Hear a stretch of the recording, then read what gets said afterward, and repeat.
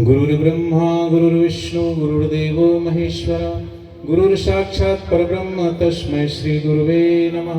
त्वमेव माता च पिता त्वमेव बन्धु च सखा त्वमेव विद्या च द्रविणं त्वमेव सर्वं मम देव।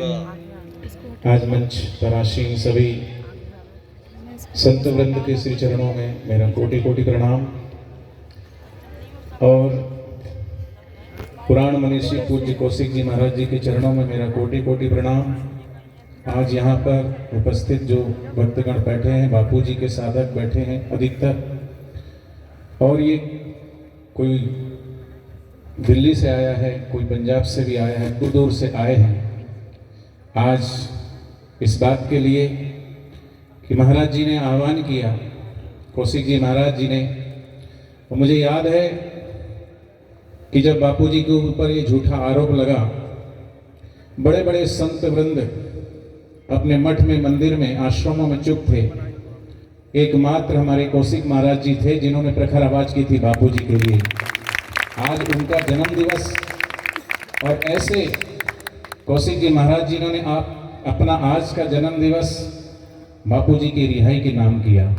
और आज इसी उपलक्ष्य में ये संत वृंद, जिनको लाखों नहीं करोड़ों करोड़ों देश नहीं परंतु पूरा विदेश जानता है, ऐसे संत वृंद आज इस मंच पर आसीन हुए हैं इस बात के लिए कि मुझे पता है कि जब बापू जी की गिरफ्तारी हुई, हम अगर मेट्रो में जाते थे दिल्ली तो लोग उंगली उठाते थे। देखो, साधु की वेशभूषा में देख करके उंगली उठाई जाती है आज भी। ये संत समाज पर जो कलंक लगा है, उस कलंक को कौन उठाएगा, कौन मिटाएगा? छोटी छोटी फैक्ट्रियों में काम करने वाले मजदूर, वो अगर वहां कुछ गलत होता है तो वो यूनियन हड़ताल पर बैठ जाता है अपनी मांग के लिए। अगर डॉक्टर के ऊपर कोई उंगली उठाता है तो डॉक्टर अपनी हड़ताल कर देते हैं। कोई वकील के ऊपर कोई उंगली उठाता है तो कोर्ट में हड़ताल हो जाती वकीलों की। वर्ष हो गए, अगर संत समाज एक हो जाता और आवाज अगर बापू जी के लिए जैसे कौशिक महाराज जी ने उठाए हैं, उस तरीके से अभी संत अगर आवाज उठा लेते तो आज बापू जी जेल में नहीं, हम सबके बीच में होते। पर आज इस बात का सौभाग्य है कि महाराज जी ने हमेशा बापू जी के लिए प्रखर आवाज की।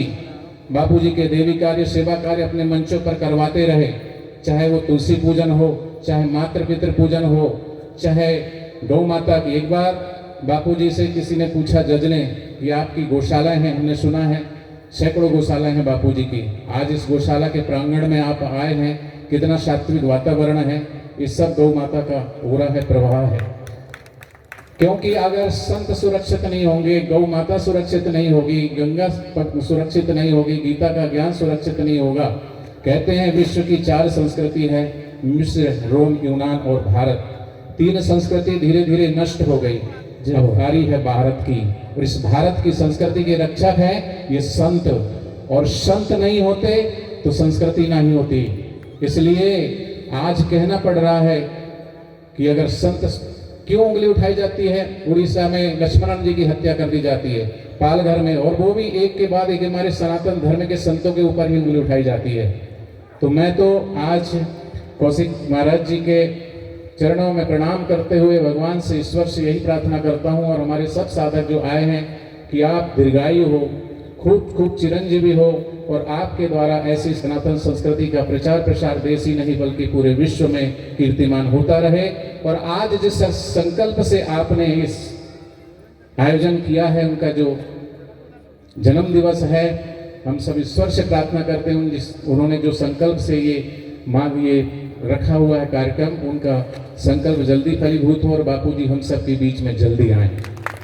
इसलिए मैं कहना चाहता हूँ कि आज रेत की जरूरत रेगिस्तान को है, सितारों की जरूरत आसमान को है, पर बापू जी की जरूरत तो सारे हिंदुस्तान को है, सारे विश्व को है।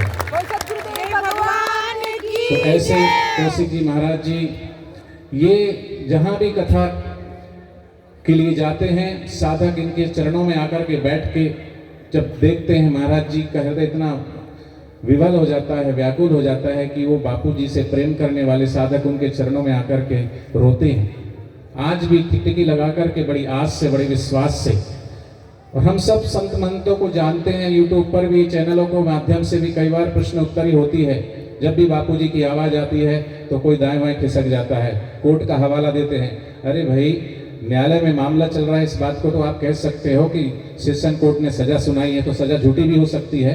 हाई कोर्ट है, सुप्रीम कोर्ट है, पर ऐसा इतिहास में ऐसा पहला केस है, ये बुक है, इसमें कोर्ट में हमने साक्ष्य रखे हैं। देखिए किस तरीके से साजिश हुई है। लड़की उत्तर प्रदेश की रहने वाली मध्य प्रदेश में पढ़ने जाती, हमारे ही गुरुकुल में 2 साल पहले एडमिशन लेती है। उसके बाद फिर वो मध्य प्रदेश से उत्तर प्रदेश जाती, माता पिता को लेकर के जोधपुर जाती है और वो घटना बताती है।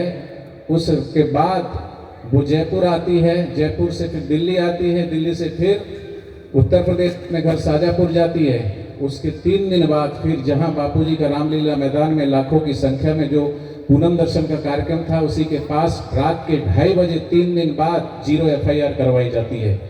घटना वहां हुई, चलो माना घटना क्या हुई, मेडिकल होता है तो कोई जांच में कुछ भी नहीं मिलता, उसके बावजूद भी क्या सजा सुनाई है। अच्छा, साक्ष्य हमने 5-5 दिए, लड़की बालिग है, बालिग है, बालिग है, 5 साक्ष्य, उसी के सर्टिफिकेट LIC का, राशन कार्ड का और अनेक प्रकार के सर्टिफिकेट, कोर्ट ने एक भी नहीं माना। हमारे ही गुरुकुल का आधार बना करके उसका सर्टिफिकेट और बापूजी को इतनी बड़ी सजा सुनाई। क्या सजा सुनाई है? सिर्फ आजीवन कारावास नहीं, अगर बापूजी 150 वर्ष जीते हैं तो 150 वर्ष कारागार में ही रहेंगे। ऐसा कौन सा संविधान है? अगर बापूजी 125 साल जीते हैं तो वो जेल में जब तक उनके प्राकृतिक श्वास है तब तक वो बाहर नहीं आ सकते। शायद इसलिए कि बापूजी लंबा जीने वाले हैं, थोड़े दिन बाद भी अगर बाहर आ जाए तो सरकार को खतरा हो सकता है। वो जानते हैं बापूजी की ताकत को।